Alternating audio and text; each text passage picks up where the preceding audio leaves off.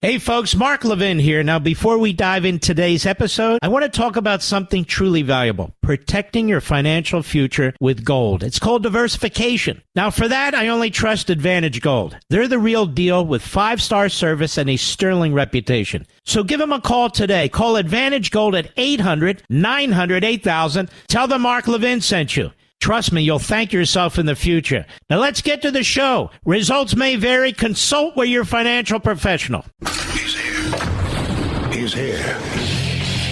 Now, broadcasting from the underground command post, deep in the bowels of a hidden bunker, somewhere under the brick and steel of a nondescript building, we've once again made contact with our leader, Mark Levin.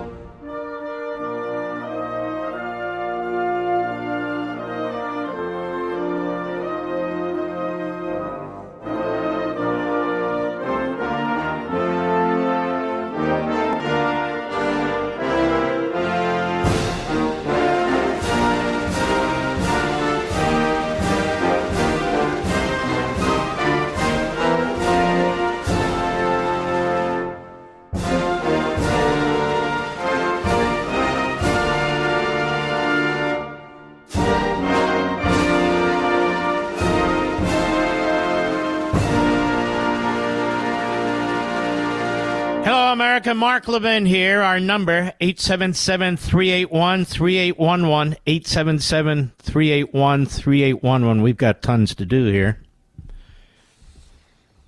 Abortion. I want to tell you the latest numbers. Trump in Charlottesville. Since we were the first to really expose the lies here, we want to revisit that because these things may come up during the debate, very likely. The judge in the classified documents case in Florida.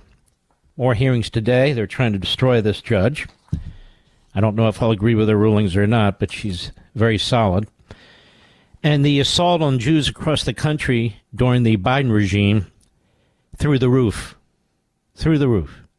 And that's just some of what we're going to hit tonight. But first, I want to discuss something that is very, very upsetting and very depressing. It's in the New York Post. It's everywhere now.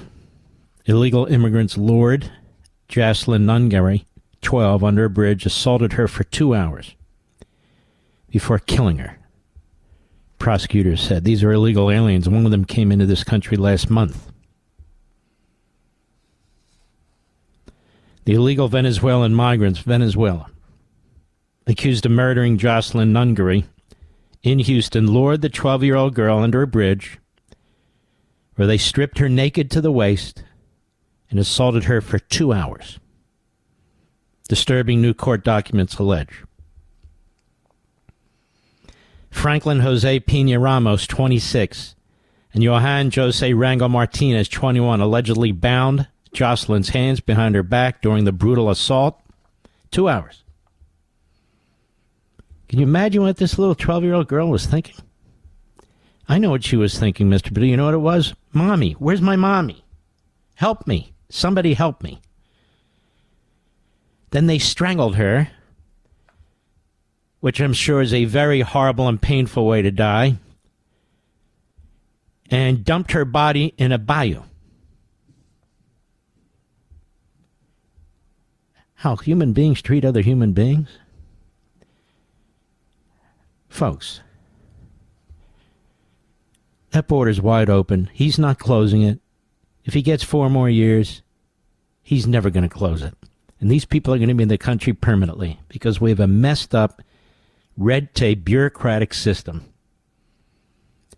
Pena Ramos also allegedly asked his employer at a construction site for money so he could skip town after the murder, prosecutors said. Both men are charged with capital murder for Jocelyn's death. Harris County DA Kim Ogg said prosecutors have not ruled out pursuing the death penalty in the case. I don't care how long it takes.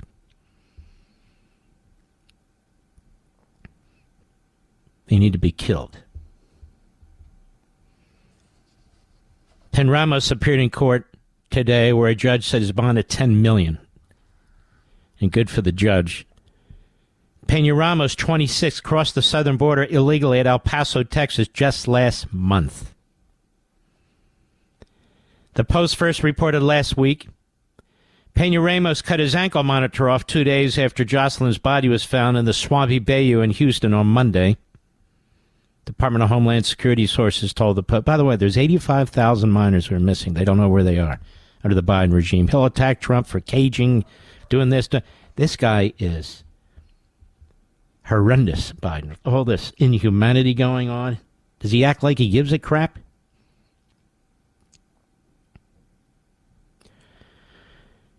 Rangel Martinez was also given an ankle monitor but had it removed on May 15 because authorities determined he had no known criminal history and appeared at his required check-in. Peña Ramos was set to appear before an immigration judge in July, while Rangel Martinez was set to appear in immigration court in August. Both of the accused of immigration holds, which ICE uses to ensure they remain in custody. Jocelyn snuck out of her home at 10 p.m. on Sunday, according to investigators. She was later seen in surveillance footage at a convenience store, local convenience store, where the suspects were seen following her as she walked into the store. Jocelyn's mother, Alexis Nungari, said she believes her daughter was taken advantage of by her killers. I'm angry that they took advantage of her. She was so young, the grieving mother told KHOU, so young. Jocelyn's funeral will take place Thursday. It will be paid for by Texas furniture tycoon Jim Mattress Mac McInvale. Houston resident found Jocelyn's body the day after she snuck out of her house. At first, the local who'd been driving by the creek thought the body was a mannequin. I did a U-turn and I stopped on the bridge, but my flashers on, looked down and realized there was someone. I parked here and called 911 immediately, she said. The two Venezuelan migrants, these are Biden migrants, let's stop playing games around here, were arrested Thursday at a local apartment complex where they'd been living together as roommates. When cops showed up, one of them tried to jump over a balcony in an attempt to flee, but was ultimately nabbed by authorities. Remains to be seen whether the two alleged killers were connected to the violent Venezuelan gang El Tren de Aragua. Yeah. Never heard of them prior to Biden, did you?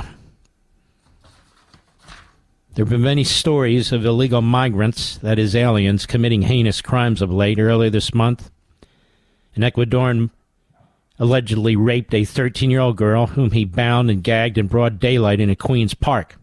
They're into rape, these violent thugs. The alleged rapist, Christian Giovanni, crossed the border illegally into Eagle Pass, Texas in 2021. He was ordered removed by an immigration judge the next year, but never left. Authorities also arrested a migrant from El Salvador who crossed illegally into the U.S. 3 times in 2 months, was booted, and then made it undetected on his 4th try and went on to allegedly rape and murder Maryland mother of 5, Rachel Morin.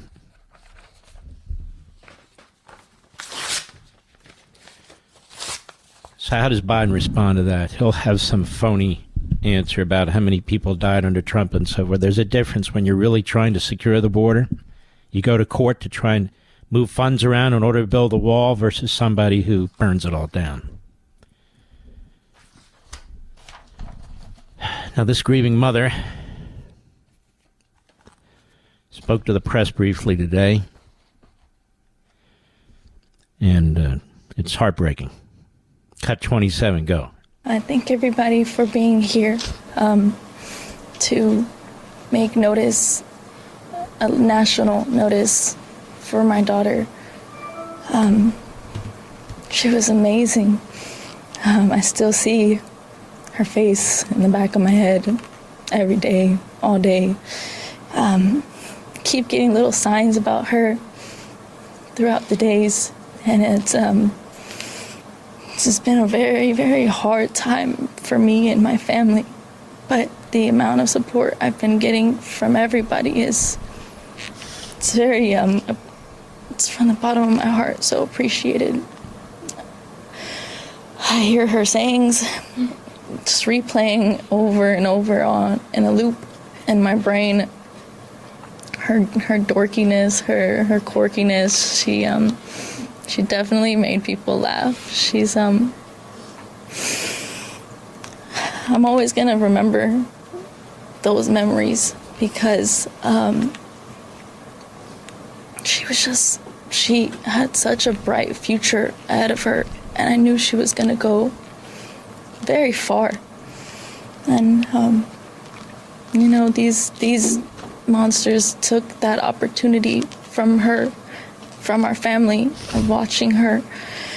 And I just want people to remember, I know this is a very high profile case, but she was still my firstborn. I was a teen mom. I fought for her at 15. So 27 now, I'm still fighting for her. And just remember that she was a very special little girl that deserves her justice. And I know she's gonna make a difference in this world for all children. And now it's my job to make sure it continues to happen. You know, America, what happened to the manliness in this society? What happened to it? These two bastards raped for 2 hours and then strangled to death one of our little baby girls. That's America's little girl. The 13-year-old. It's America's little girl. The mother of 5. That's America's mother. The government keeps telling us to pay our taxes, 4,000 different rules to follow, change your air conditioning unit, do this, do that. Damn it! It's time that the government does what we tell it to do. Secure that damn border, fix our criminal justice system, and put these bastards away! Our children are not about politics. I don't want to hear the BS anymore about how Americans kill Americans. We deal with that. Well, what does that mean? Illegal aliens can come in the country and kill Americans too? What kind of logic is that? Won't secure the damn border. This befuddled, demented president, they're going to have them all juiced up. They'll be told he wins the debate no matter what Trump does. He's killing our country, our society, our people. Another Jewish family was violently attacked. A synagogue was violently attacked. You didn't hear about this under Trump, or when you did, like the shooting in Pittsburgh, he put his foot down. It's all over the country now. All over the country. People coming in here from the Middle East. People coming in here from communist China. People coming in, God knows where. And we're supposed to acquiesce to this. We're supposed, oh, it's okay. It's Donald Trump's fault. It's America's fault. It's your fault. No, it's not. We're being abused.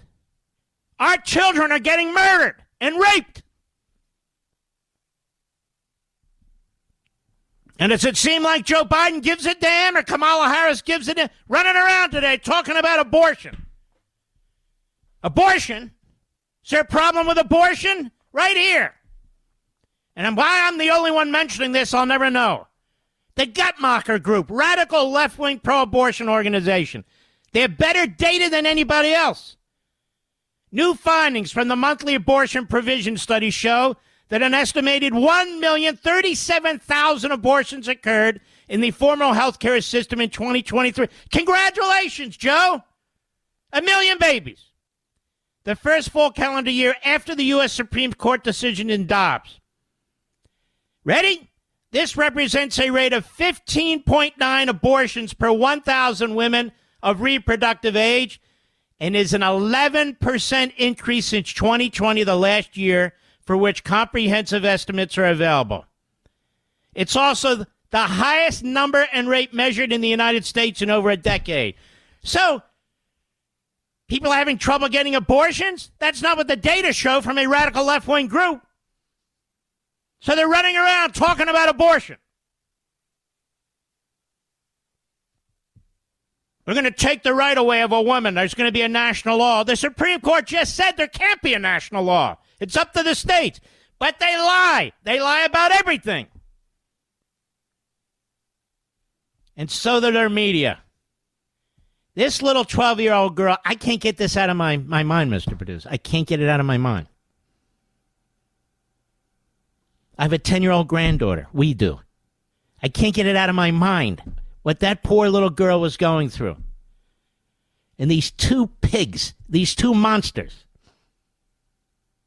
It's funny, they denied Donald Trump due process and equal protection.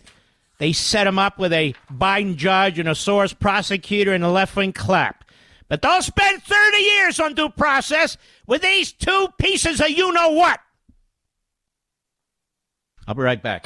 Mark Levin.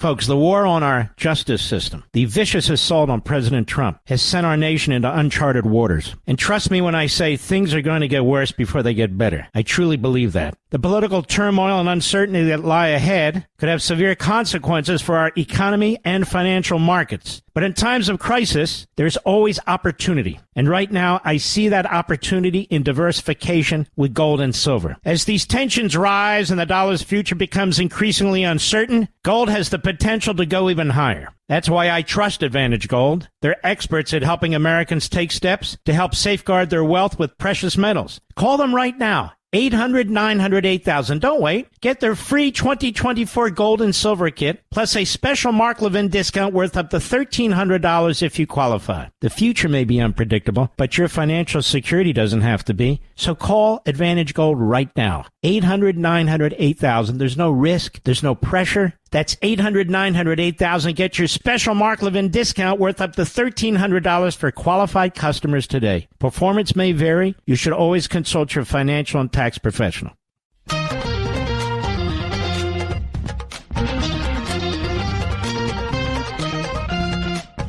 Record number of abortions, over 1 million. Democrats aren't satisfied. And that's since the Dobbs opinion. Kamala Harris on the Morning Schmo today, and of course the Morning Schmo didn't confront her with actual factual statistics. Cut 17, go. First of all, I say let's really be clear about how we got here. Because the former president hand-selected 3 members of the United States Supreme Court with the intention that they would undo the protections of Roe v. Wade. And they did exactly as he intended. Look how they do this. Look how they do this. He appointed 3 constitutionalists. That's what he did. And they hate it. Go ahead. We are seeing what I call Trump abortion bans, including states that with a 6-week abortion ban, which tells you that these legislators clearly don't know how a woman's body works. No, nobody knows how a woman's body works except radical left-wing kooks. And why does she use the word woman, Mr. Producer? I thought that was banned. I mean, we have a Supreme Court justice who testified under oath. She didn't even know what a woman was. Now, all of a sudden, we're talking about women and their reproductive rights. Well, it seems to me in the exercise of reproductive rights, we have a record number of abortions since Dobbs. So why wouldn't the Morning Schmo and Mrs. Schmo raise factual data to address the biggest of the schmoes?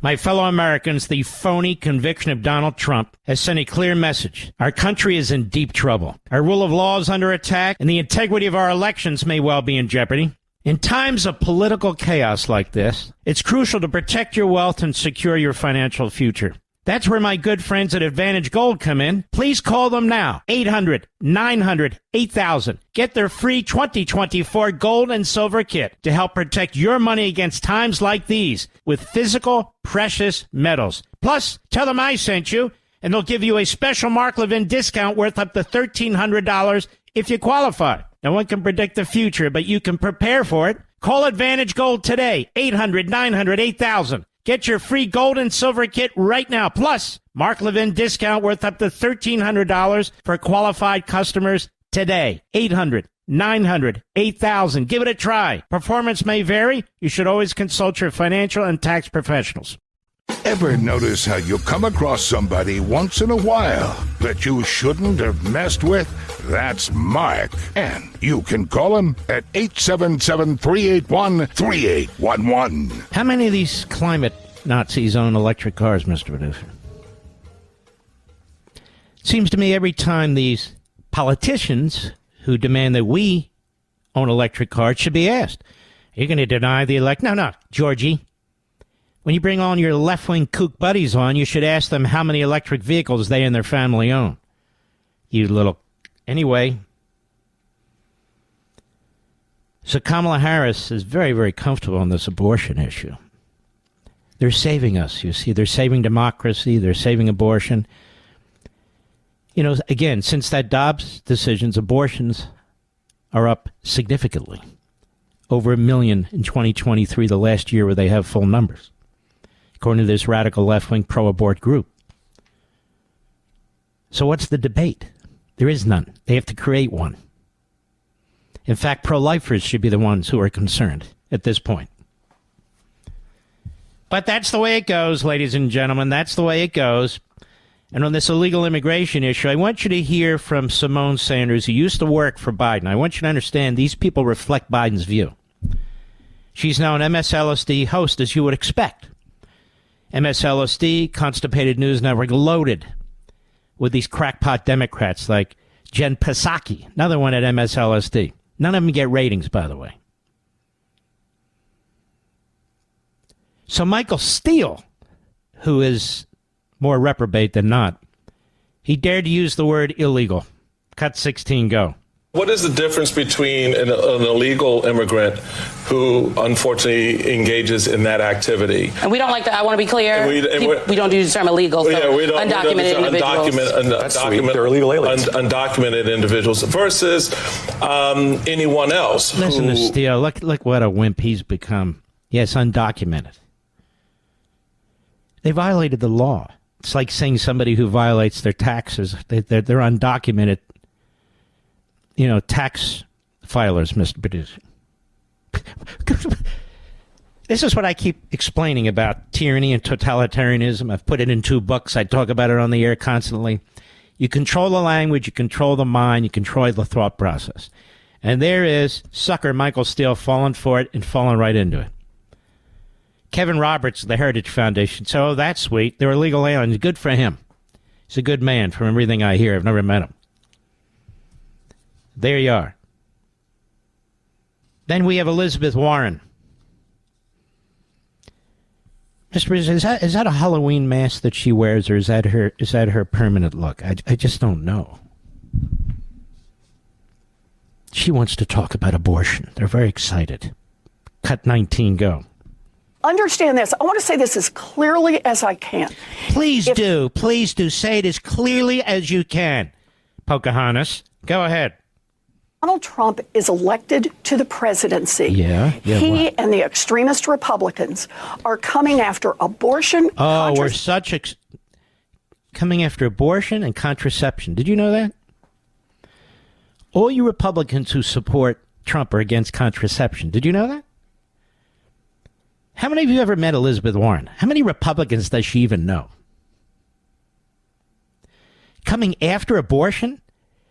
Once again, do they understand that a president has no role as a result of this decision? That Congress has no role? And if Congress were to pass a law, it would be some radical jackass law. Because remember, they tried to pass a law they said was like Roe. It was not. In the last third of the pregnancy, the 3rd trimester, Roe authorized, quote unquote, state regulation. Could you imagine if they thought in the last 10 minutes of the pregnancy? So the Democrats come in and say, we're going to codify Roe. And they're not codifying Roe. They're codifying butchery that allows abortion at the last minute. Eliminates all state requirements, including parental notification for minors. And so President Trump should point that out. Excuse me, Joe. Talk about abortion. Let's be specific. You and your party oppose parental notification for minors. Almost 70% of the American people support that. You oppose it. And you and your party support infanticide. That is, abortion right up to the last second. Almost 70% of the American people oppose that. So let's be very specific in our terms. Furthermore, based on the Supreme Court ruling, we couldn't pass a national law if we wanted to. So why do you keep lying about this, Joe? Why can't I debate this bastard, Mr. But seriously. So there's Elizabeth Warren. Go ahead. Let's finish. And IVF in every single state in this country. Not just Senator, the red states, not just the purple states, every state in the... No, they don't. God, these people are sick. They fantasize about these things, then they run against them. They don't want to run against real flesh and blood candidates who have real policies and positions. They want to create a fiction to run against, and that's what they do. You know what that's called? Character assassination. Character assassination. That's what it's called. And nobody's better at it than them. Nobody. Well, we have a couple of very interesting things here. Hat Tip X and Hat Tip Newsbusters. I want you to listen to this montage of Jake Tapper and Dana Bash calling Trump Hitler and anti-Semitic and so forth. Hat tip to X. I'm a big fan of Elon Musk. Never met him, never asked to meet him. But in many ways, he's a hero to me. I don't mean in terms of, military-style hero, but to purchase Twitter, which was a bad investment, but he bought it. He's trying to fix it, but he cares about free speech, and therefore to come under the gun from the radical left, the Department of Justice, the usual, takes guts. There's a handful of billionaires who will do that. Most of them won't. But here we are, Jake Tapper and Dana Bash, Hat Tip X, cut to, go. The dehumanizing rhetoric of Adolf Hitler is once again alive and well on a national political stage. This time, of course, in the United States. This time given life by former president and current Republican presidential frontrunner Donald Trump. Let's recognize this comment for what it is, a long-standing anti-Semitic trope that the true allegiance for Jews is to their religion rather than their country. It was used in Nazi Germany to justify the arrests, persecutions, and mass killings, attempted extermination of the Jewish people. And Trump has been pushing this trope for years. I want you to keep something in mind, folks. These are two left-wing Jews who don't support Israel. More than that, these are two left-wing Jews who are Democrats, and they're going to vote for Biden. More than that. Here we have Donald Trump, President of the United States, who is the greatest friend Israel has ever had, who issued an executive order to protect Jewish students at colleges and universities, which is being used today by these students to sue these institutions. And, of course, the Abraham Accords, where peace was breaking out. He was working with Netanyahu. Everything was going swimmingly. They want you to believe he's Hitler. And these are the two moderators on Thursday night's show. So while everybody's going to be watching Trump and Biden, I will, of course, I'm also going to be watching the moderators, and we're going to comment on them. Because they play to a crowd. They play to a very small mob. A niche audience on CNN. They have no ratings at all. I'm serious. Every Saturday and Sunday, I crush CNN and MSNBC combined. They even run reruns of Bill Maher at 8 p.m. Eastern on CNN on Saturday against me, and I crush him. Did you know that, Mr. Producer? It's not even a hard call. Now, here's a montage put together by our friends at Newsbusters, a little longer.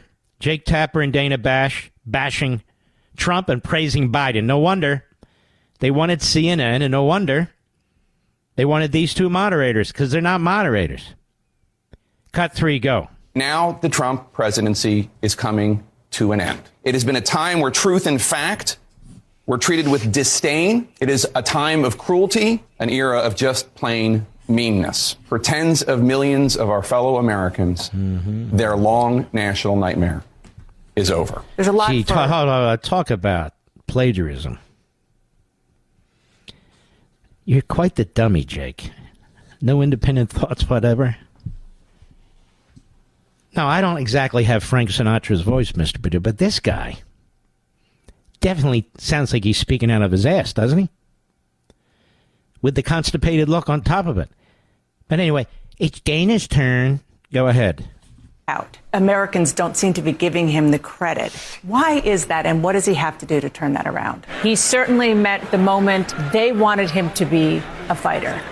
And boy, fight did he deliver. Trump's claim about Biden orchestrating the trial is baseless. Allegations. No, you're the liar. You lied about that laptop, you lied about Russia collusion, and you're lying now. Just because there aren't literal fingerprints and DNA all over the courtroom, Biden is exploiting what took place there. Biden could have had his attorney general go into that courtroom and say, wait a minute, Judge, we insist on federal jurisdiction here. Either you put an end to this, or we're going to go into federal court, get an injunction and stop you from doing what you're doing. Federal campaign law is our business. But he didn't do that, did he, Dana? My attorney general would have done that. Ed Meese.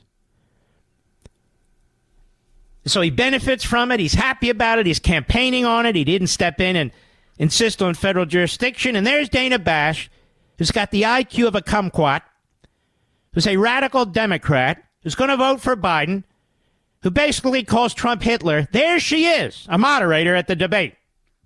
And there she is, often the voice of Hamas, with her buddy Jake Tapper, almost always the voice of Hamas. Moderator. You know what would have been a fair team of moderators, Mr. Producer? Me and one of them. Don't you think?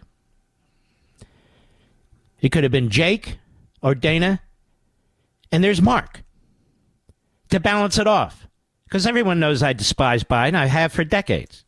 Okay, everybody knows these are Trump haters. So what? The difference is I'm honest about who I am. These two clowns pretend to be journalists. Although today that's what a journalist is. Go ahead. Evidence that he was making against President Biden, that he is behind all of the prosecutions. There's no evidence that Joe Biden was involved. There's no evidence, absolutely no evidence, that Biden himself was involved. Donald Trump is now the presumptive Republican nominee for president. U.S. intelligence agencies are reportedly preparing to share classified briefings with him. Should Donald Trump receive intelligence briefings? Congressman Brian Mast, a Republican from Florida, who lost his legs, by the way, fighting for democracy abroad. Although I don't know about his commitment to it here in the United States. And we are waiting. Oh, that's nice. I don't know about Brian's commitment to it here. These are reporters, ladies. These are so-called journalists. This would not have been tolerated, even with the liberal media 50 years ago. It wouldn't have been tolerated. They would have said, you have ways of doing this quietly, persuasion, These guys are out of the closet. They don't give a damn. So Brian Mast lost his legs fighting for our country in Afghanistan. But he doesn't know if he believes in democracy in the United States. Can you believe that this guy's still on TV, even though that's a bare, minimal carbon footprint? Nonetheless, can you believe that?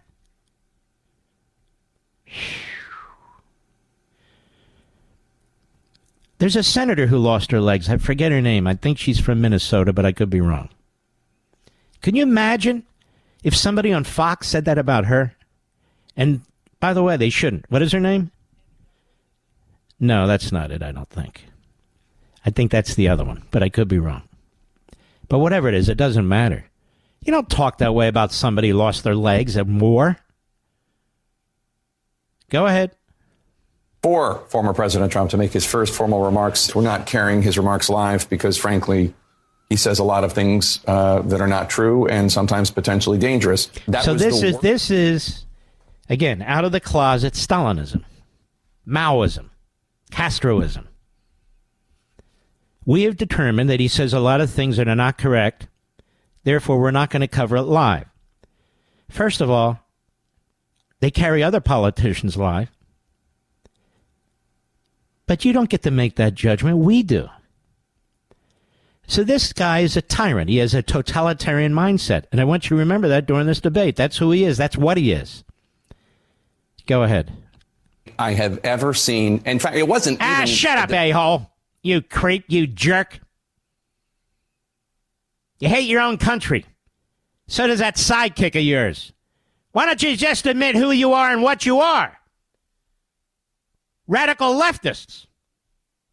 I don't mean just your typical liberal Democrat.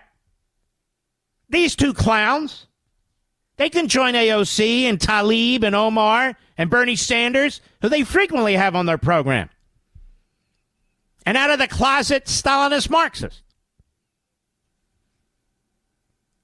There you go, ladies and gentlemen. There's your two moderators. I'll be right back. Mark Levin.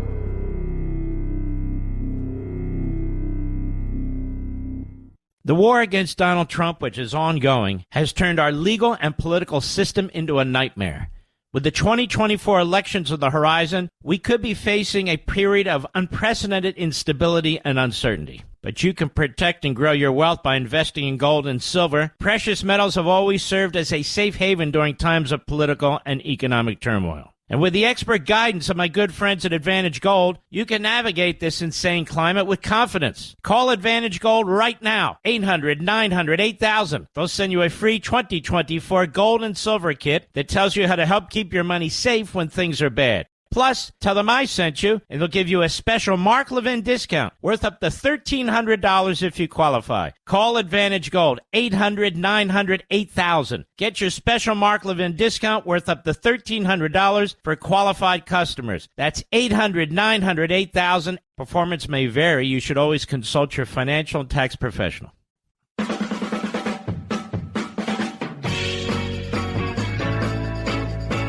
Casey Hunt, which none of us knew, is a host on the Constipated News Network. Very thin-skinned. In fact, I heard another hemorrhotic, who is a Washington longtime establishment type, praise her and say she deserves credit for what she did. But I'm a fan of this Carolyn Levitt. I don't know her, never met her, never spoke to her, never texted her, blah, blah, blah. But still, she's a fighter. Check it out. Cut one, go. It does seem as though many Republicans have set the bar very low in terms of arguing that Joe Biden is basically senile. Now you have people like Doug Burgum coming out and saying, well, President Biden's very accomplished, trying to set expectations in a different place. What do you expect from Joe Biden? Well, first of all, it takes someone 5 minutes to Google Jake Tapper, Donald Trump, to see that Jake Tapper has consistently we're going to stop this interview if you're going to keep attacking my colleagues. Adolf Hitler. Ma'am, I'm going to stop this interview if you continue to attack my colleagues. I would like to talk about Joe Biden and Donald Trump, who you work for. Yes. If you are here to speak on his behalf, I am willing to have this conversation.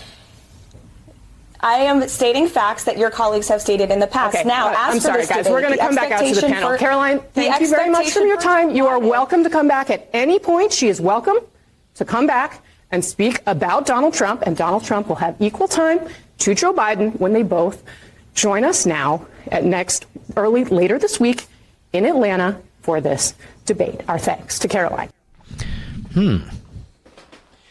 Now, we've had people call this show and attack fellow talk show hosts, and I say we're not going there, right, Mr. Producer? And then we move on. I don't necessarily cut them off.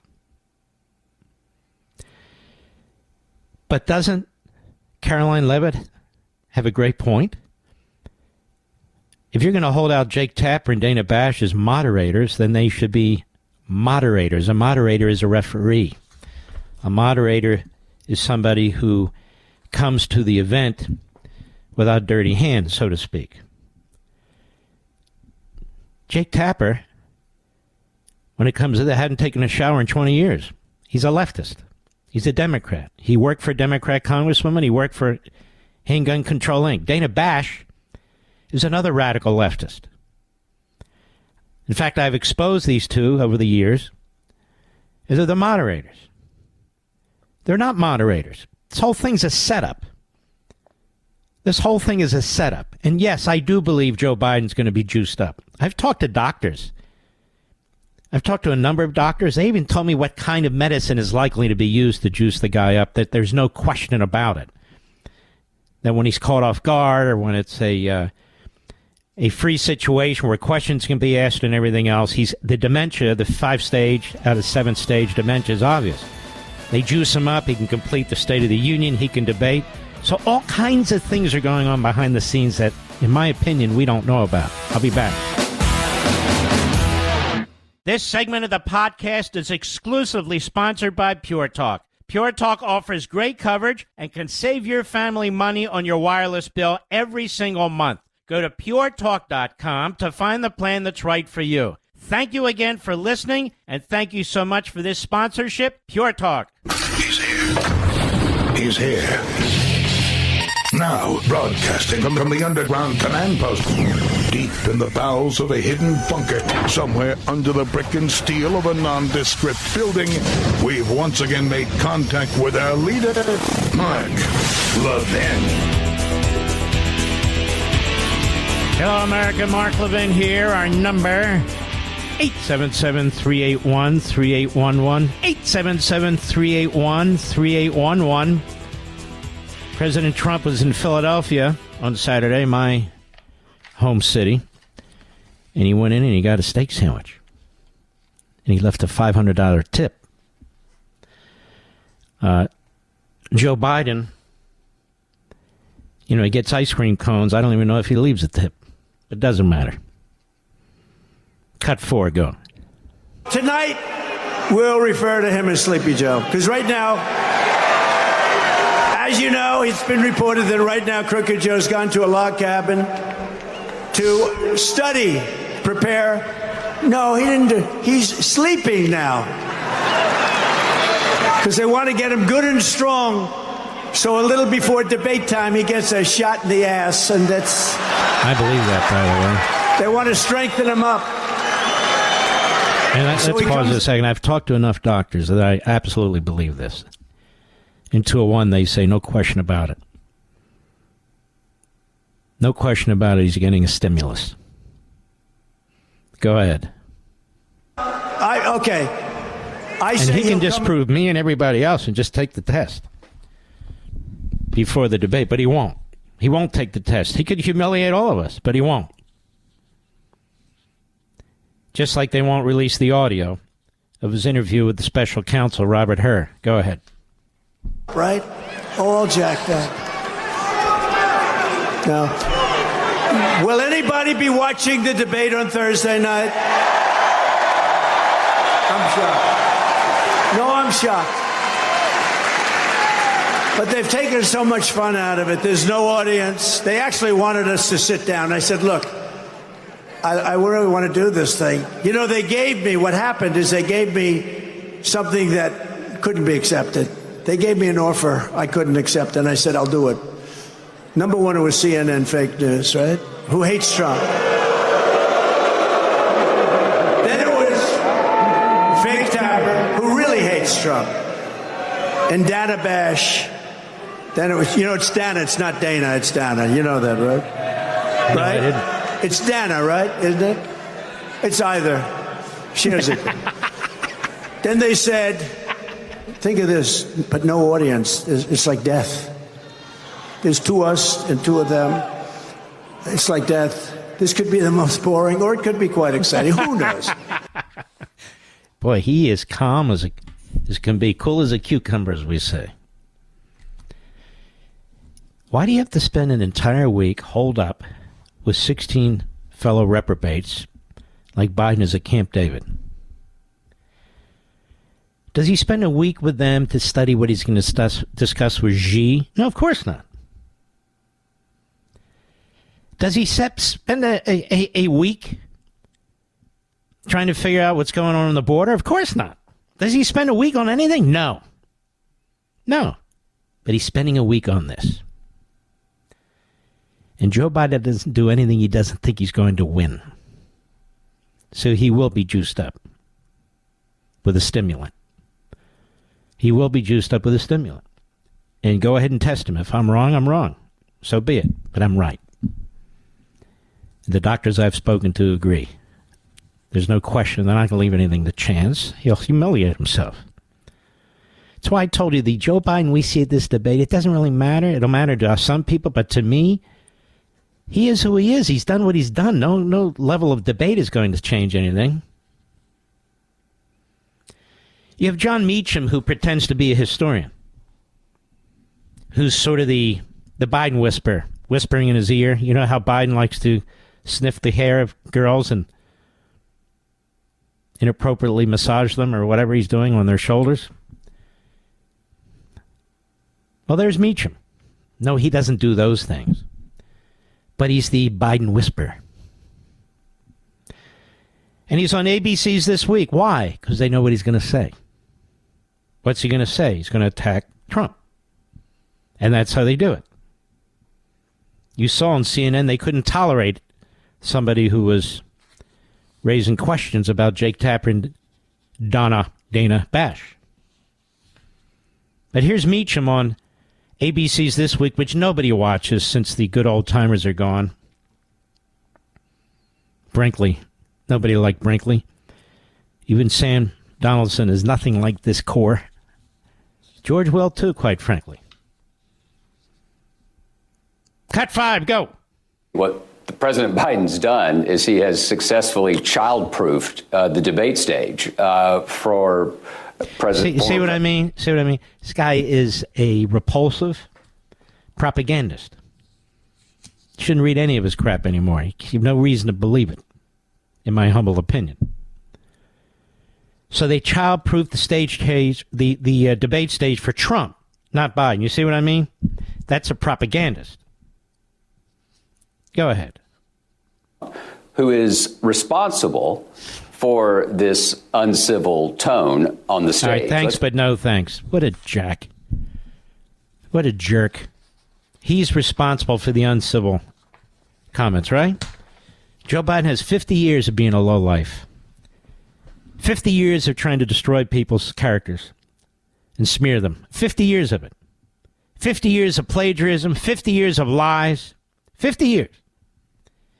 And this so-called historian, I guess, forgets the 50 years. He doesn't care. Remember, he secretly wrote a speech for Biden during the campaign. Remember that, Mr. Producer? But he takes no professional hit for that. No. He's a hero. He's a hero for doing it. So they will have their media, their propagandists, and so forth. Now you have, let's just look, on ABC, you had Elizabeth Warren. You had the phony historian. They're loading it up. Loading it up.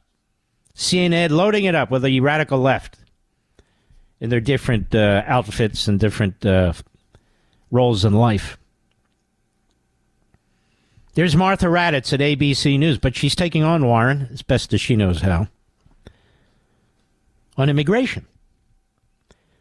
These Sunday shows, by the way, have no ratings. None. They're all dead. Dead in the water. Unlike my show. But their shows are dead in the water. I mean, I'm getting 1.5 to 1.7 to 1.8 million viewers on cable TV. That's what they're getting on networks, Mr. Producer. That is free TV. What do you make of that? What do you make of the fact, folks, that when you combine CNN and MSNBC in their overall viewing population, I crushed them both combined. Combined.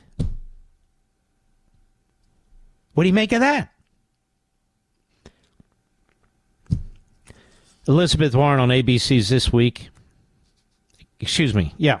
With Martha Raddatz. Let's go to cut 14, Mr. Producer. Go. I know he wanted that immigration bill to pass, that bipartisan, but there have been more than 6.9 million apprehensions at the southern border thus far in Biden's term. There were just over 2 million in Donald Trump's entire term. What did the president do wrong? Hold on. So there we have a real question. It's about time. So she pulled her head out and sees a little daylight. It won't last, trust me. Go ahead. What the president did wrong, remember, on the very first day that he was sworn into office, President Biden asked Congress both for the resources. See, this is the game. This is the game. Resources, legislation, bipartisanship. This is Washington talk. What did Biden do? He opened the border.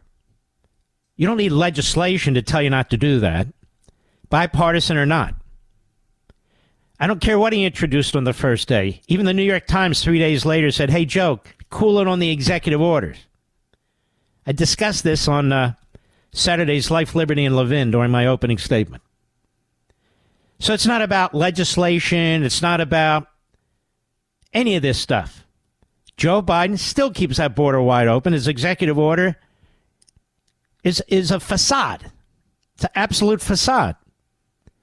Folks, look.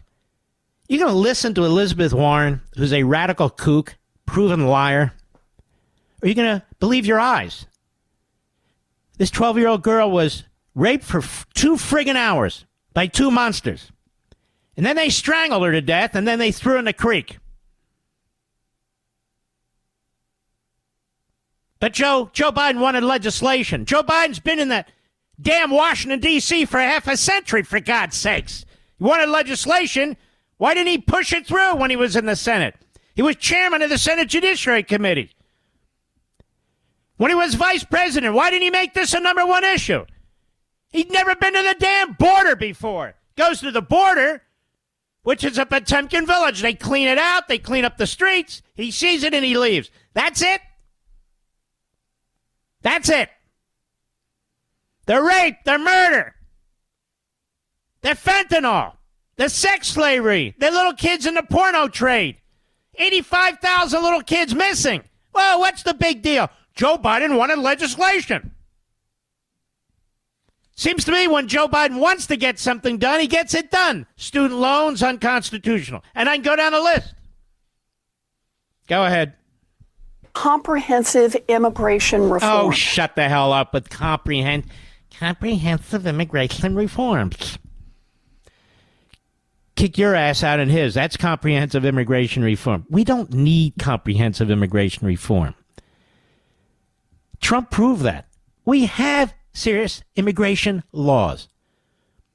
Serious immigration laws that require deportation. They require enforcement. They require securing the border. I can go on and on. These are serious immigration laws built up over half a century. And he just blew them out. And so you have this radical kook. We need, because her constituency, the Democrats, they must be stupid as hell. All they need are those phrases. Comprehensive immigration reform. Okay. Bipartisanship. Okay. All talk, no action. Check that. There's action. It's the wrong action. Anyway, go ahead. Blocked it. Donald Trump didn't have that either, Senator. He didn't have that either, and there were 2 million during his entire term. Hear her? Good for her. She says, well, Donald Trump didn't have that legislation either. How do you explain that? Well, she'll just weasel. Watch. Go ahead. The president tries to deal with the problem that is presented to him. He can't deal with it if Congress and the Republicans continue to block What him. are you talking about, you moron? He defies the Supreme Court. He orders the CDC to have rent control nationwide. The Supreme Court said, you don't have that power. No. He orders OSHA to order vaccinations for large corporations. Excuse me, vice versa. It doesn't really matter. Supreme Court said no. You don't have that power either. EPA issuing regulations, destroying the car industry. The court said you don't have that power either. And there's Elizabeth Warren. Let me tell you about Elizabeth Warren. She has been pushing hard for Biden to rule by executive fiat, executive order. She says so publicly. She wants him to rule like a king. like a Marxist dictator. But he needs the legislation. He didn't want legislation when it came to the student loans. He didn't want legislation when it came to vaccine mandates. He doesn't want legislation when it comes to destroying our economic system and our energy system. And I can go on. He doesn't need legislation. Go ahead. President is using the tools available to him, both to create border security, but he doesn't have the resources because the Republicans are blocking access. But he is president. Understood. I do think you've made your point. But poll after poll, as Matt Rivers just pointed out, say that this is a very weak poll number for President Biden. Trump surpasses him by 17 points. We don't have the resources. We've only spent trillions of dollars, have $2 trillion in deficit this year. We're spending like drunken Marxists. That's right. Our interest on the debt is now larger than the budget for the United States Defense Department. We don't have the resources. We have the resources for every other damn thing, but not the border and not the military. You get to make the decision in November. I'll be back. Mark Levin.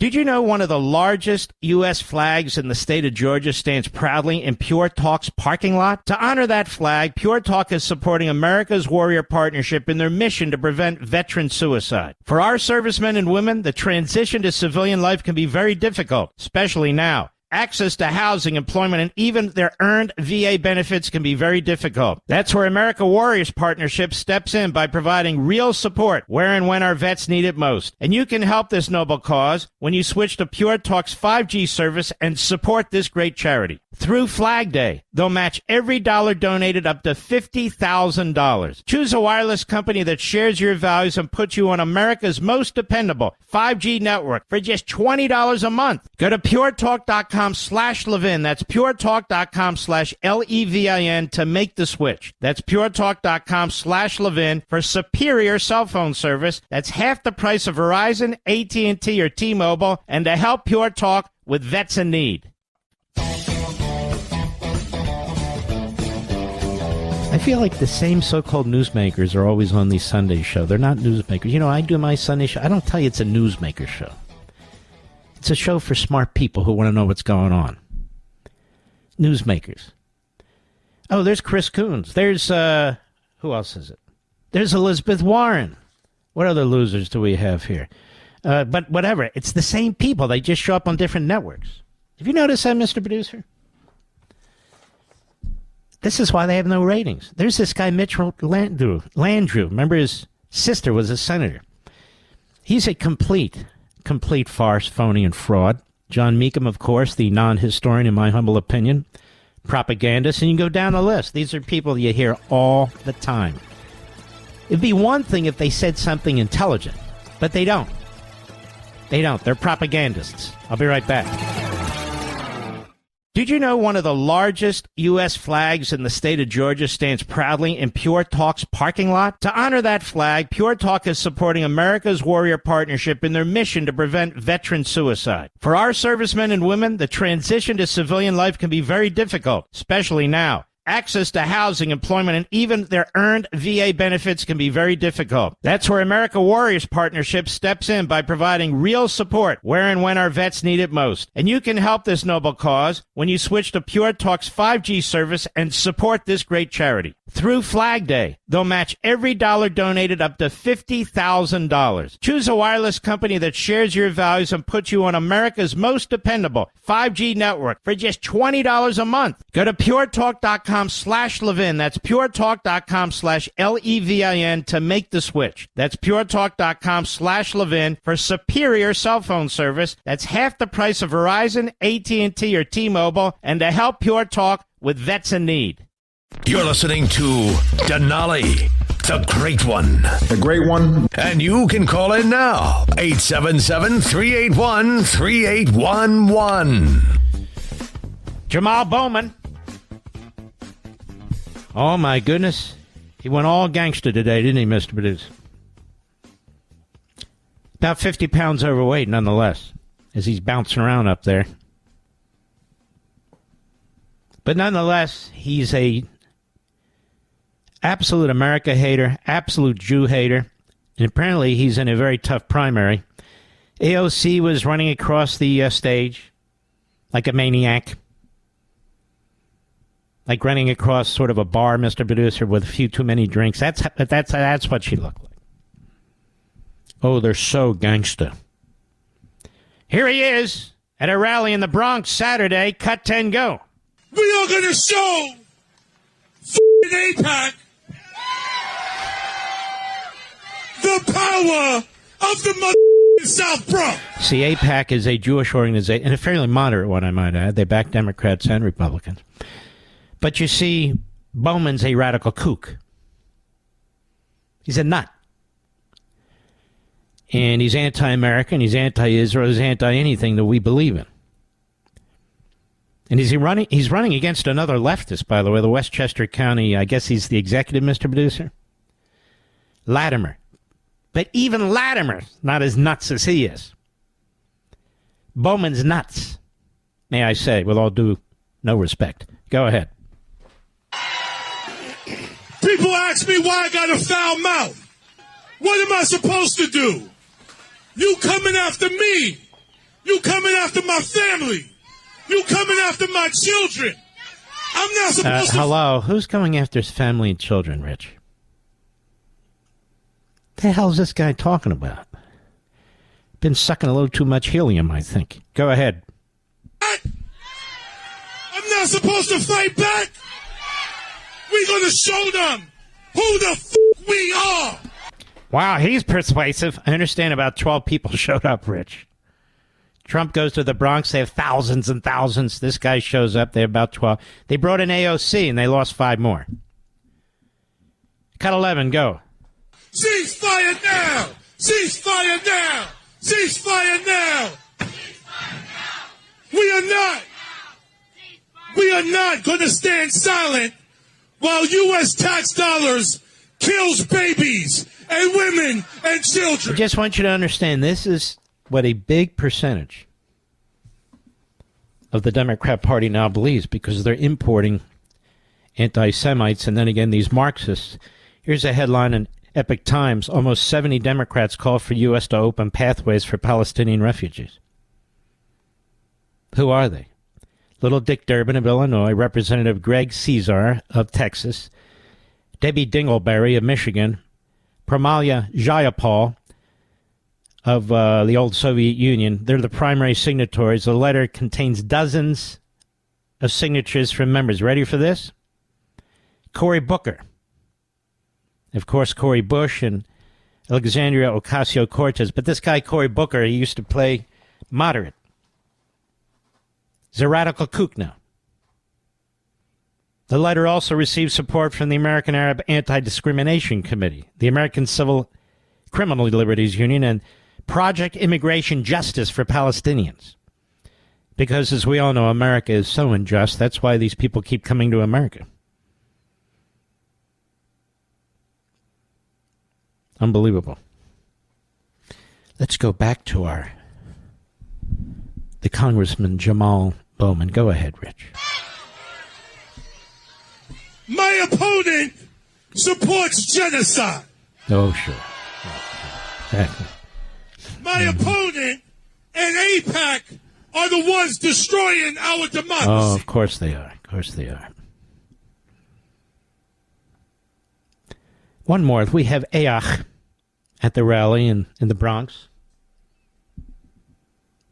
Another Einstein, may I say. Cut 12, go. Let's go, bro!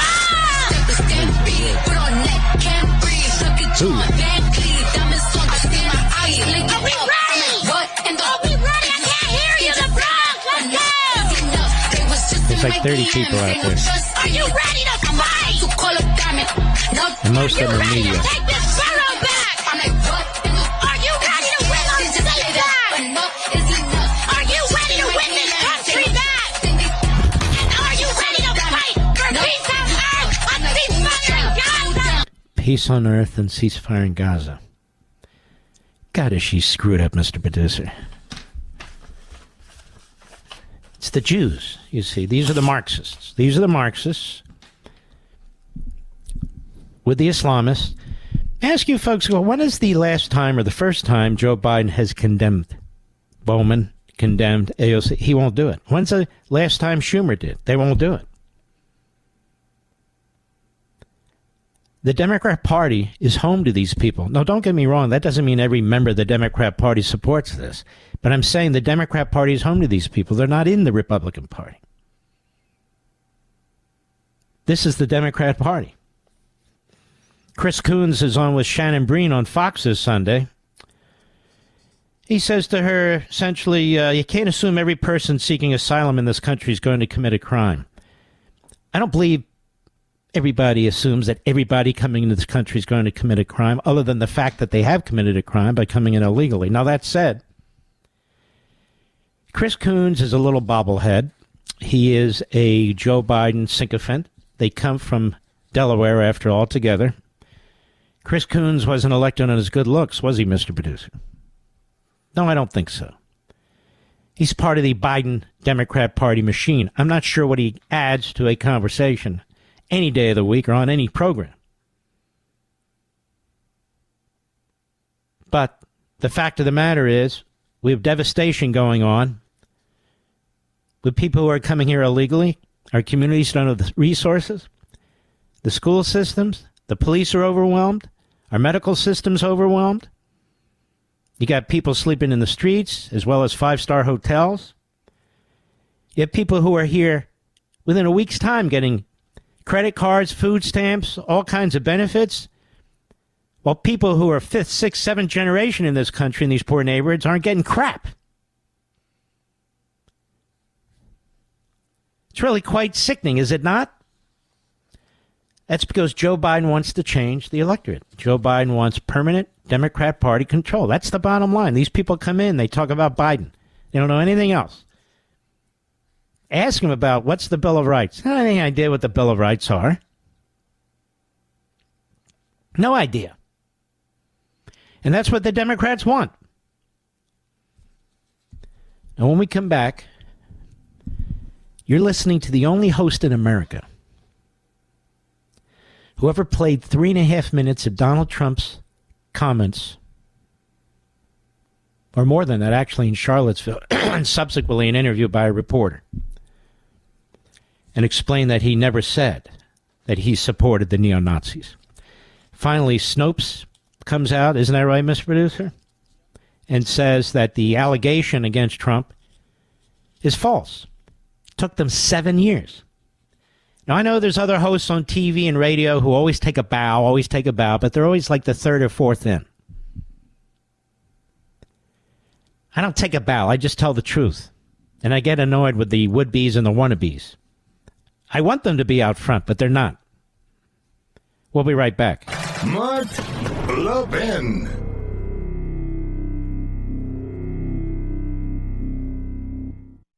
Did you know one of the largest U.S. flags in the state of Georgia stands proudly in Pure Talk's parking lot? To honor that flag, Pure Talk is supporting America's Warrior Partnership in their mission to prevent veteran suicide. For our servicemen and women, the transition to civilian life can be very difficult, especially now. Access to housing, employment, and even their earned VA benefits can be very difficult. That's where America Warriors Partnership steps in by providing real support where and when our vets need it most. And you can help this noble cause when you switch to Pure Talk's 5G service and support this great charity. Through Flag Day, they'll match every dollar donated up to $50,000. Choose a wireless company that shares your values and puts you on America's most dependable 5G network for just $20 a month. Go to puretalk.com/Levin. That's puretalk.com/LEVIN to make the switch. That's puretalk.com/Levin for superior cell phone service. That's half the price of Verizon, AT&T, or T-Mobile, and to help Pure Talk with vets in need.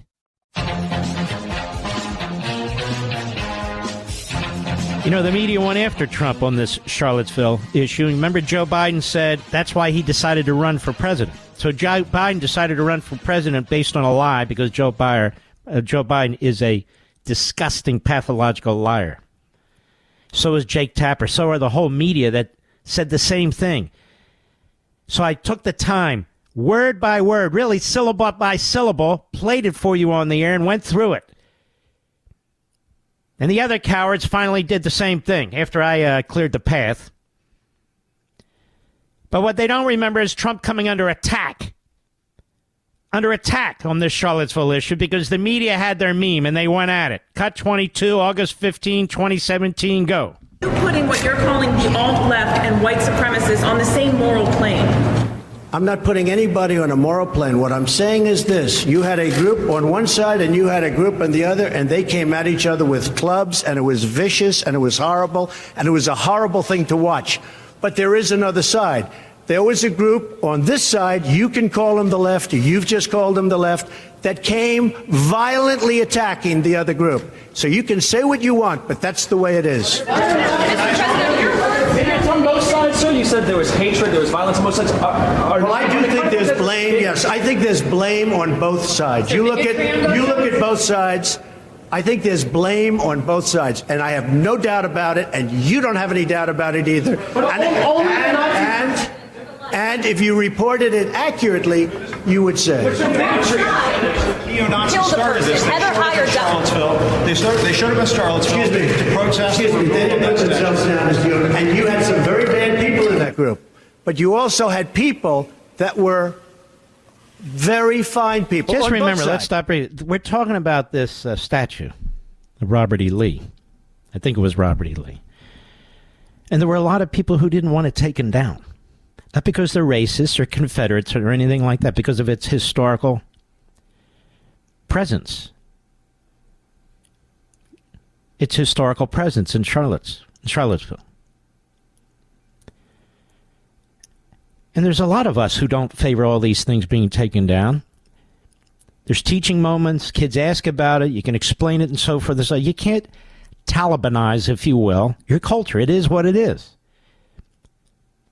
Now, the neo-Nazis were there, but there are also violent people on the left. That's what he was trying to say. That's what he did say.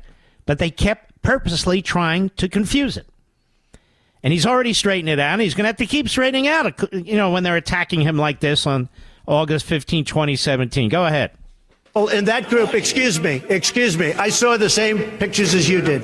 You had people in that group that were there to protest the taking down of, to them, a very, very important statue and the renaming of a park from Robert E. Lee to another name. Washington and Robert E. Lee are not the same. Well, no, George Washington was a slave owner.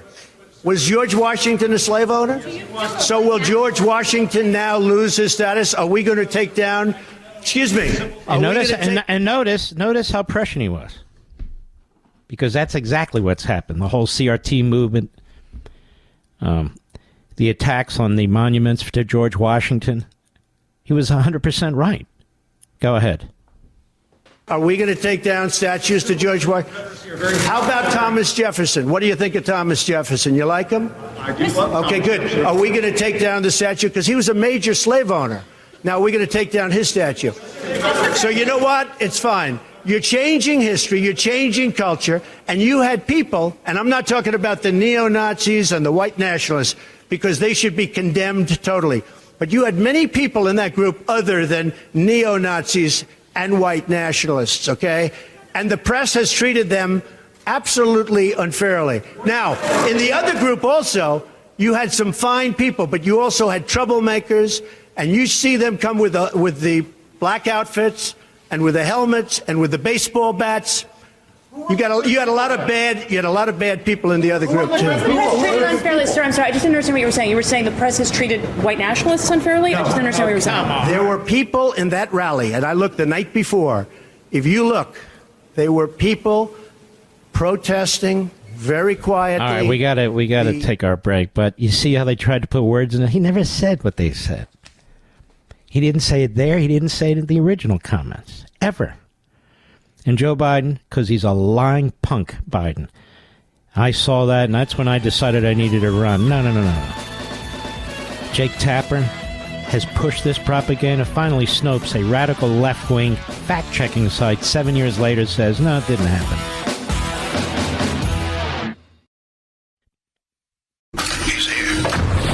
He's here.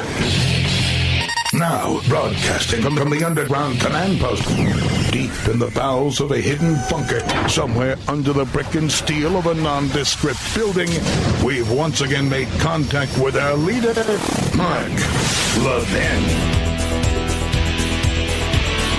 All right, folks, I'm trying to find some breaking news here.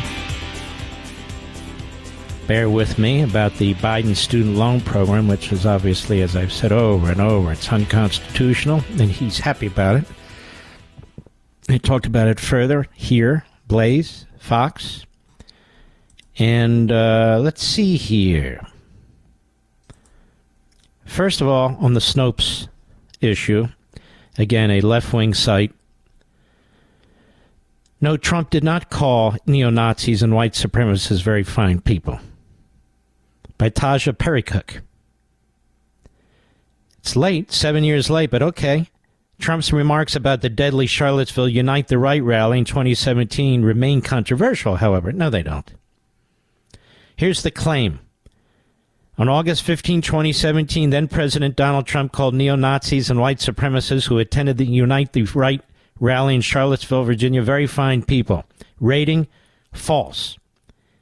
In a news conference after the rally you just heard, protesting the planned removal of a Confederate statue, Trump did say that there were very fine people on both sides, referring to the protesters and the counter-protests. He made it clear what he was talking about. He said in the same statement he wasn't talking about neo-Nazis and white nationalists, who he said should be condemned totally. In spring 2024, social media posts resurfaced raising questions about an infamous comment from former President Trump related to violence in Charlottesville over the removal of Confederate statue, because this is where Biden's going. On August 11 and 12, the so-called Unite the Right rally protesting the planned removal of statue to Confederate General Robert E. Lee from a park turned violent when neo-Nazis, white supremacists, and other linked to far-right groups clashed with leftist counter-protesters. One self-identified white supremacist rammed his car into a crowd of people, killing one and injuring at least 19. Yeah, sick. And then it talks about the press conference that you just heard. Senate Majority Leader Chuck Schumer said in a speech that nobody who breaks bread with anti-Semites like Nick Fuentes and who called white supremacists in Charlottesville very good people, or who, as was recently reported, said disgustingly that Hitler did some good, has any right to lecture Jewish Americans about their personal political beliefs. See how they do this? Now, Nick Fuentes is a puke. And I don't agree with having dinner or lunch with him. And yet Donald Trump's record for being pro-Jewish and pro-Israel is second to none. What about Biden? What about Biden? In fact, what about the media and their pro-Hamas positions? What about them? What about using Hamas statistics to try and promote a blood libel against the Jews in Israel? How about that? Schumer. And of course, he never said these people were very fine people. He was talking about very good people, meaning the people who are there to protest the removal of the statue, not the Klan and things of that sort. Everybody knew what he was talking about, but the media twisted it. Trump supporters, they say, have consistently claimed he actually condemned the neo-Nazis and white supremacists at the rally. We looked into the claims and found that while Trump did say that they were very fine people on both sides, meaning both the protesters and counter-protesters, he also condemned neo-Nazis and white nationalists outright, said he was specifically referring to those who were there only to participate in the statue protests. We found the original clip on C-SPAN. Why? Could have found it on my site, right, Mr. Producer, from a few years back? And transcribed the relevant section below. I already did all this, you jerks. I already did all this. And so it is. And so it is. Now we have another actual breaking story here. And it's a complete coincidence that involves the Attorney General of Missouri, who's going to be on this program in about 10 minutes. And let's see. I'm going to pull it up so I have the whole thing. This was just posted on X. Breaking, the court has granted our motion as Attorney General Bailey to block Joe Biden's illegal student loan plan. Congress never gave Biden the authority. never gave Biden the authority to saddle working Americans with $500 billion in other people's debt. A huge win for the Constitution. This will be interesting. We'll hear about this in about 10 minutes. I don't know how many more courts have to rule that that's unconstitutional, but Joe Biden doesn't seem to give a damn. So he'll be standing on the stage, going on about he's defending democracy while Trump's destroying it. He'll lie about Charlottesville. See, he knows that it takes time to catch up to a lie, and with his media. I mean, Jake Tapper's lied about it. Dana Bash has lied about it. They've called out right or inferred that Trump is Hitler because they are Rockettes for the Democrat Party. But there we are. I mentioned this earlier, but I want to hit it again. 69 Democratic lawmakers have urged the Departments of State and Homeland Security to accept more Palestinian refugees fleeing the war in Gaza. It's a letter signed by 69 members, all Democrats. They said in the 8 months since the horrific October 7th terrorist attack, and then they go on, of course, by Hamas and the commencement of Israel's military response, conditions in the Palestinian territories have greatly deteriorated. Well, that's about 80% of the world, actually. And if they've greatly deteriorated, then why don't you support Israel finishing the job with Hamas? Because they hate Israel, let's be honest. Let's see. The primary sponsors, Little Dick Durbin of Illinois, Representatives Greg Cesar of Texas, another a-hole, Debbie Dingleberry of Michigan, inherited her seat from her husband, Primala Jayapal, senator from Marxist land. The primary signatories, the letter contains dozens of signatures, but the one that jumped out to me is Cory Booker of New Jersey. So Cory Booker of New Jersey thinks, and I'll tell you why, because there's a growing and significant population of Muslims in New Jersey. That's the truth. Cory Booker doesn't have a principled bone in his body. Not one. And so, of course, the letter is supported by the American Arab Anti-Discrimination Committee, the American Civil Criminals Union, and Project Immigration Justice for Palestinians. Meanwhile, these people signed this letter, every damn one of them.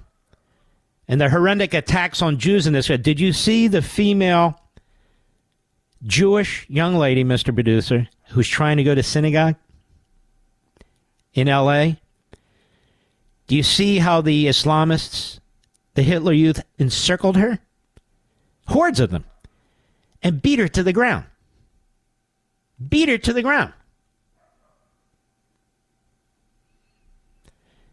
And this isn't the only place where this is occurring. And Joe Biden is silent. He's busy studying and, and getting his drugs. Silent. I didn't even hear Schumer today. I haven't heard many today. It's like, okay, it's just another Monday. No, it's not just another Monday. Oh, it's another Sunday. No, it's not just another Sunday. It's being normalized. The authors also mentioned that a relatively low number of Palestinian refugees have been accepted into the country. First of all, I didn't even know any had been accepted into the country. Secondly, you're talking about Gaza in particular, where the cultural indoctrination is to hate America and hate the Jews. And we're seeing this today in our streets. We saw what took place. We know who's behind it. We know who's doing it. I'll be right back. Mark Levin.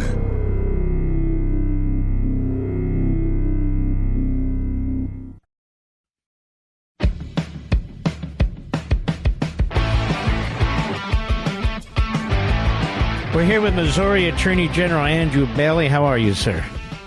Good afternoon, sir. How are you? Very, very well. Well, we have two big stories here. First of all, you have a breaking story about you sued the Biden administration on this illegal, unconstitutional student loan activity. Tell us what's happened here.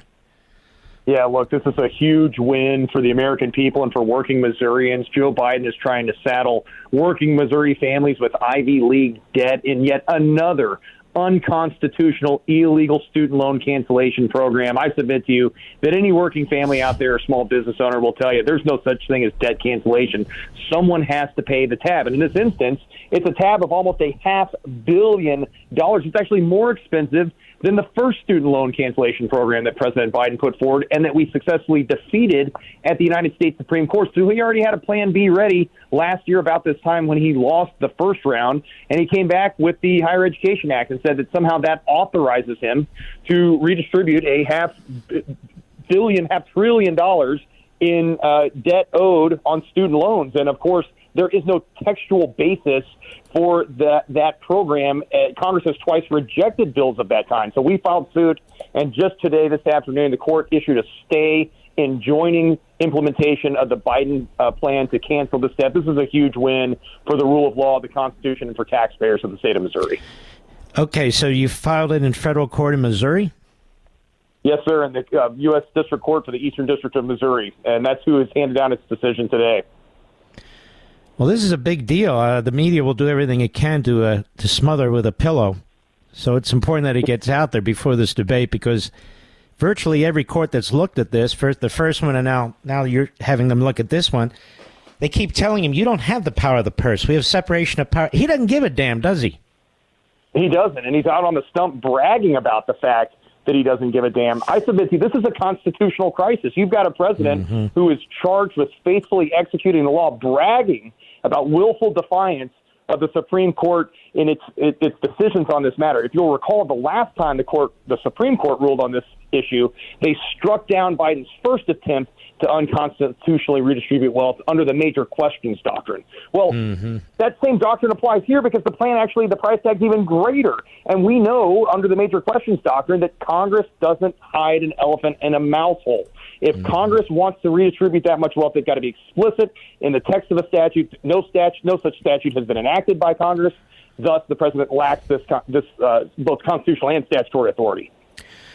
Missouri Attorney General Andrew Bailey, here's what he's figuring. By the time the law catches up with him, he will have handed out this money, the election will be over, and he will have gotten the benefit from it. That's pretty diabolical, isn't it? Mark, I think you're absolutely right. I think this is an attempt to interfere in the election by buying votes with a key demographic that he's losing, in which he's losing ground. This is really the flip side of the coin of lawfare. On lawfare, they're attacking the president to try to keep him off the ballot and deny voters of access to President Trump. And on the other side, President Biden's got to buy votes. They can't win a straight-up fair election on the merits, so they have to rig the system and cheat in order to win. And that's what this was. It was a naked attempt to hold power, to retain power. They're so desperate, they're willing to spend your and my tax dollars to do it. Let's talk about this other issue, because this is something I've kind of been promoting on the air, and I think it's very important. So let me lay it out, and let's see if I have this right. You are going to sue the state of New York, which gives you original jurisdiction to go to the Supreme Court at some point, actually very quickly. And you're suing them because they're interfering in the election of the president, interfering with the citizens of Missouri to have an opportunity to have a fulsome campaign, and so forth and so on. Do I have that about right? Mark, you're dead on. I mean, at the end of the day, the lawfare being committed in the state of New York by the Federal Department of Justice and in the state of Georgia constitute election interference at its worst. And what's happening is Alvin Bragg and his cohort, Matthew Colangelo, who was deployed from Biden's crooked Department of Justice to assist at the trial court level, have not obtained a legally valid conviction because their case is replete with constitutional error. The ambition was never to obtain a legally valid conviction. The ambition was always to tether President Trump to a courtroom and eventually to onerous, burdensome sentencing post-July 15th and a gag order that both takes him off the campaign trail and silences him. That denies Missourians, a sovereign state, co-equal participation in a national election in the heat of a campaign in what turns out to be the most consequential presidential election in this nation's history. That's election interference. And under Article 3, Section 2 of the United States Constitution, you're right, the United States Supreme Court has exclusive original jurisdiction over this case. Let me ask you something, Mr. Attorney General. I'm not going to give the names because that would be violating I spoke to two attorneys general and a governor. And they all took a very, distant look at this thing, and I tried to persuade them that there are a couple of avenues here including the act of writs, but that wouldn't involve you. That would involve Trump and his lawyers. But that you would get original jurisdiction if a state, particularly a group of states, would even be more powerful, would say, wait a minute. What New York State is doing, what a Manhattan prosecutor and an acting state judge in Manhattan are doing, we don't need to sit around for the appellate process in New York. This is affecting the citizens of Missouri, the citizens or any other state for that matter. They have seized federal authority, jurisdiction on the campaign laws. They have violated the 5th and 14th Amendments, due process and equal protection. You know, the whole laundry list of things. And you got one candidate who has an unfettered, field. You got another candidate who has to go to court to see what he can and cannot do. He's got a gag order on him. And the people of my state want an open and fair election. That's pretty much the argument, right? That's exactly right. I think it's important to remind folks, too, the First Amendment right to free speech does not only apply to the speaker, it applies to the listeners. The gag order is perhaps the most pernicious element of the lawfare because, again, it denies voters access to hear from their chosen presidential candidate in the heat of a campaign. And you're right, it's a rogue prosecutor who moved to the court for the gag order and a rogue judge who granted it. Gag orders are intended to protect the defendant's right to a fair trial. Well, if President Trump, as the defendant, wants to waive that right and talk to his constituency, he should be allowed to do that. That's why there's such a strong First Amendment presumption against gag orders.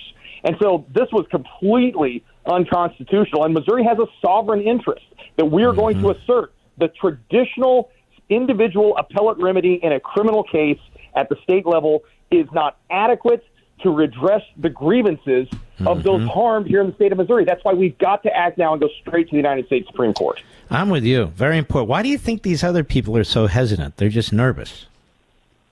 I think there's a variety of reasons. I think that for too long, Republicans have not been bold enough in our use of the tools at our disposal to fight back against this sort of thing. We know lawfare has been going on against President Trump since 2016 when the deep state demanded that big tech censor the Hunter Biden laptop story, thereby denying the voting public of information necessary to make good decisions at the ballot box. The deep state then injected this Russian collusion hoax in an attempt to undermine President Trump's first years in office. So this is nothing new. It's evolved and gotten worse, and Republicans need to stand up and be bold and courageous and are striking back against this kind of illegal, unconstitutional behavior. No one would have tolerated it in 1860 if a rogue district attorney in the South had prosecuted Abraham Lincoln for speaking out on abolition issues and taken him off the campaign trail. And yet that's what's happening now. Mm-hmm. All right, Reuters has picked this up. 2 federal judges in Kansas and Missouri sided with several Republican-led states, partially blocked Democrat Joe Biden's administration from moving forward with a key student loan debt relief initiative that would cost billions of dollars. If you don't mind, I'd like to hold you over the break, Mr. Attorney General. Yes, sir, absolutely. We'll be right back. Mark Levin, the thunder on the right. Call in now, 877-381-3811. So we're here with the Attorney General of Missouri, Andrew Bailey. Big story this evening. It's already on Reuters. Not that that means anything. But, in fact, 2 federal judges have, I guess simultaneously, but definitely close to each other in their rulings, had put a hold on a major part of this latest student loan unconstitutional debacle by Biden. Mr. Attorney General, he has a bad habit doing this. The first student loan went to the Supreme Court. They told him no, and he said, screw you. Then he comes up with this, and now a couple of federal judges said no, and you filed a petition to try and stop it. It looks like you were successful, at least at this stage. You have him with the CDC, using the CDC to impose vaccine requirements on major corporations. Supreme Court said no, you don't have that power. He actually uses OSHA, I think it was, to put rent control nationally. I made my agencies mixed up, same damn thing. And I go on and on and on. And then this guy's running around saying Trump is going to kill democracy, and he's defending it. What do you make of that? President Biden is the greatest threat to democracy and to our democratic republic since the inception of our country. You know, we've never seen, I know you've covered this extensively, and I think it's a very important point to make, that we haven't seen lawfare like this, where the government is weaponized against political opponents since the Alien and Sedition Act of 1798. And if you think about that, this is even worse. At least the Alien and Sedition Act had enabling legislation from Congress. So the people's elected representatives spoke. Now, they spoke in an unconstitutional manner, but at least there was some consensus amongst leadership about the direction of the country. Here, this lawfare is much more nefarious because it's being conducted in shadows. It's clandestine. It's cloaked in this this kind of the majesty of the process. Now, we can see through that. We can look no further than the 34-count indictment that Alvin Bragg issued and realize that it's specious legal reasoning because they failed to identify the predicate offense. They can't identify it because it's either a federal offense or it's outside the statute of limitations. That deprives President Trump of his constitutional right to notice under the Due Process Clause. Then the gag orders handed down not only deprives President Trump of his First Amendment right, but our First Amendment right as Missourians to hear from a presidential candidate. So we know that these prosecutions are replete with constitutional error. The lack of jury unanimity violates the Sixth Amendment right of President Trump. So, but we have never seen anything like this in the history of this country. The closest we can look at is the Alien Sedition Act of 1798. And we know that in 1800, the Federalists were swept out of office because the people understood it was unconstitutional, it was illegal, and it violates our basic principles of fairness. I predict the same thing will happen here. It's interesting, though, back then, you basically had the party press. The press was out in the open for one party or another, and even the titles of the papers kind of reflected that. Today, they all pretend to be impartial, objective media outlets when they're all in for the Democrat Party. So do you think that fact may help keep Biden in office, or do you think the American people are smarter than this?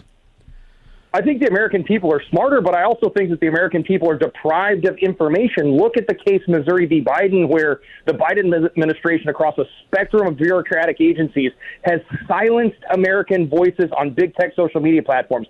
Legacy media is going the way of the dinosaur, and certainly no one trusts the mainstream media. But if that's the only source of information, because they're not reporting conservative voices or any other viewpoint other than the Democrat Party line, and then conservatives are silenced on big tech social media at Biden's demand, then not only is our First Amendment right been violated, but again, we're not going to be able to have a free, fair, and open discourse in the lead up to the 2024 election.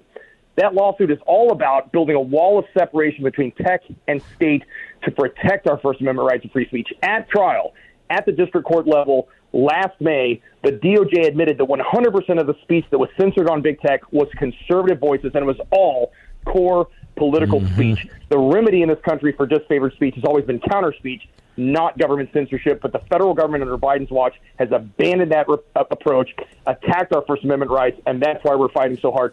I expect a decision out of the United States Supreme Court on that case any day now.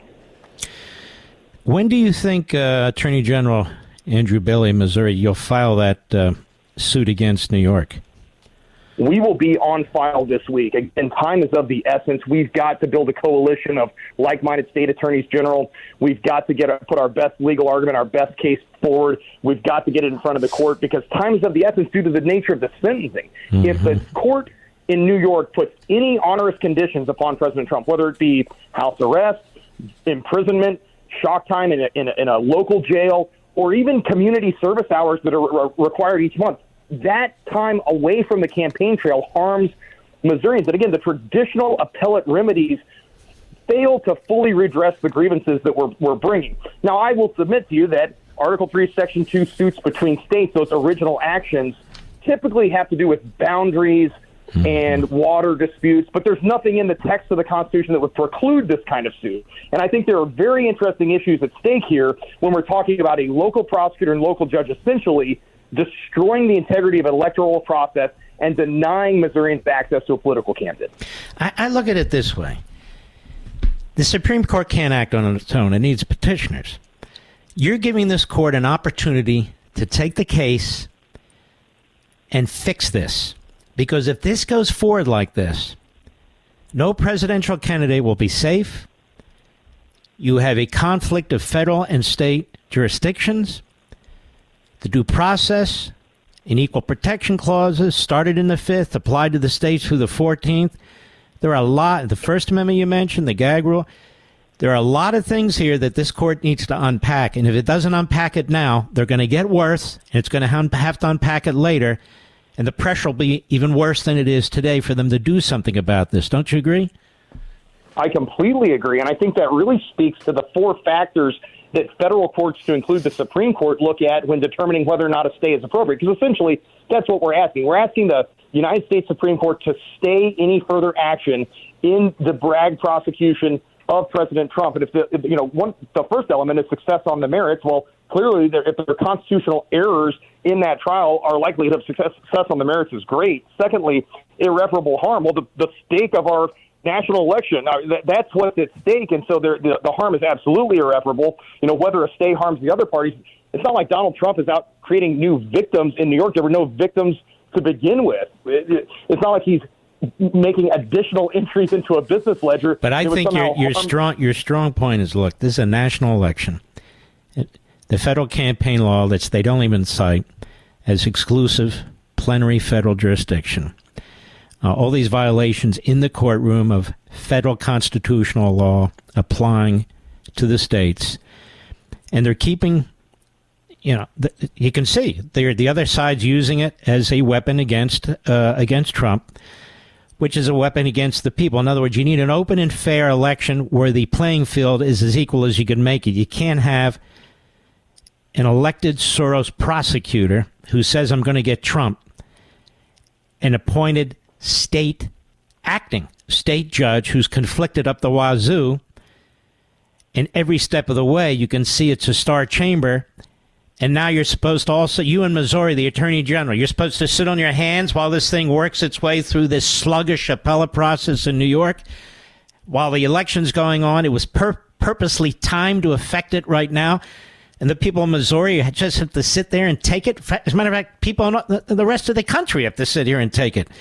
I think it's a strong argument to get it to the steps of the Supreme Court, and ultimately they'll either take it or they won't. If they don't take it, they're going to pay a price for it down the road, and so are we as a people. If they do take it, they can help resolve it and nip this in the bud. I think it's a very, very good idea. I support it 100%. All right, Mr. Attorney General Andrew Bailey, good job, sir. Thanks, Mark. Appreciate you. Appreciate you covering these important issues. And you too. Take care of yourself. God bless. These are important cases. So you heard it here first. Joe Biden's second effort at violating separation of powers, the Constitution, that I discussed at length over the weekend on Fox and behind this microphone and on Blaze. 2 federal judges just now ruled the heart of what he's done is unconstitutional and violation separation of powers. Problem is, he's already handed out hundreds of billions of dollars. He already knows it. He is a crook with your money. He's a liar. He's going to get up there and say, I defend democracy. Half the country will believe him, while he's burning our democracy, actually our republic, down. It's pretty sickening, folks. But here we are at the Radio Free America, the voice of America, right here behind this microphone. I don't think they're ever going to silence me. As a matter of fact, I have a big announcement coming up eventually. I don't know when, but eventually. I'll be right back. Mark Levin.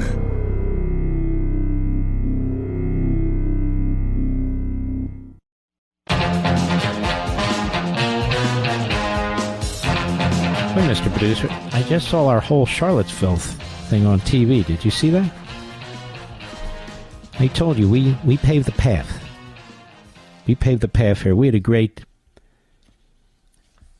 couple of guests on Saturday and Sunday on Life, Liberty, and Levin. We had Speaker Johnson and RNC co-chair Lara Trump. And Sunday we had Peter Schweitzer and Charles Payne, and they're just fantastic. This weekend is going to be a hugely important weekend. It'll be post-debate. And in all likelihood, the Supreme Court will have ruled on 3 important decisions. Unless they extend their delivery of opinions another week. But typically it's done by the end of June.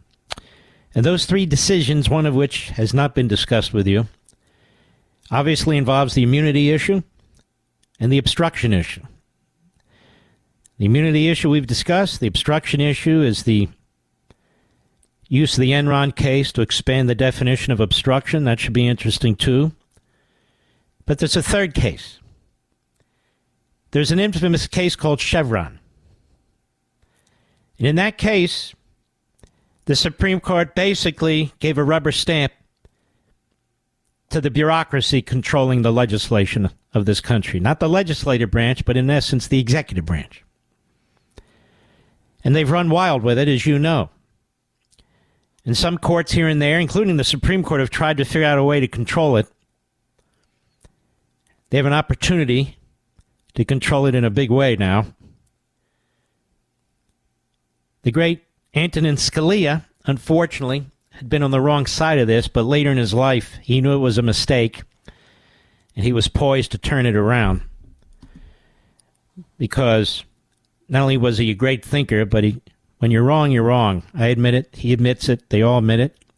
And, of course, we miss him a great deal, as we do Rehnquist. John Roberts couldn't tie Rehnquist's shoes, assuming he wore tie shoes. But that said, that's a third big opinion.